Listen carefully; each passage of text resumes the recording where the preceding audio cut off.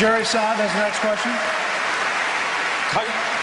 Congressman Paul, South Carolina has 7 major military bases and thousands of people employed in the defense industry. But you want to make major cuts in defense spending, several $100 billion in the coming years, that inevitably would cost South Carolina jobs. What do you say to people in this state who worry that your military plans would hurt the national security and cost South Carolina jobs? I would say your question suggests you're very confused about my position. I want to cut money, overseas money. That's what I want to do. I want to cut military money. I don't want to cut defense money. I want to bring the troops home. I'd probably have more bases here at home. We were closing them down in the 1990s and building them overseas. That's how we got into trouble.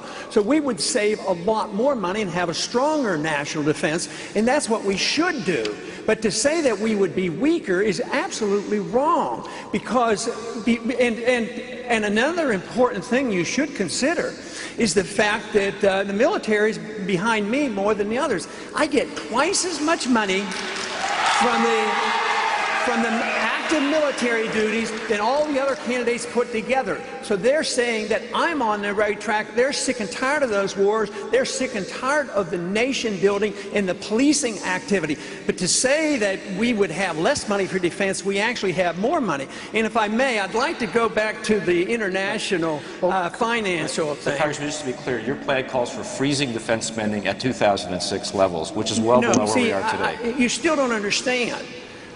What's he missing, Congressman? You don't understand there's a difference between military spending and defense spending. Just because you spend $1 billion on an embassy in Baghdad, bigger than the Vatican, you consider that defense spending. I consider that waste. So now, if you want to, a little while ago we were talking about, funding the unemployed. Of course, that should be privatized, and I don't support it. But I don't support cutting that off like that. I'd cut some of this military spending, like Eisenhower advised us. Watch out for the military-industrial complex.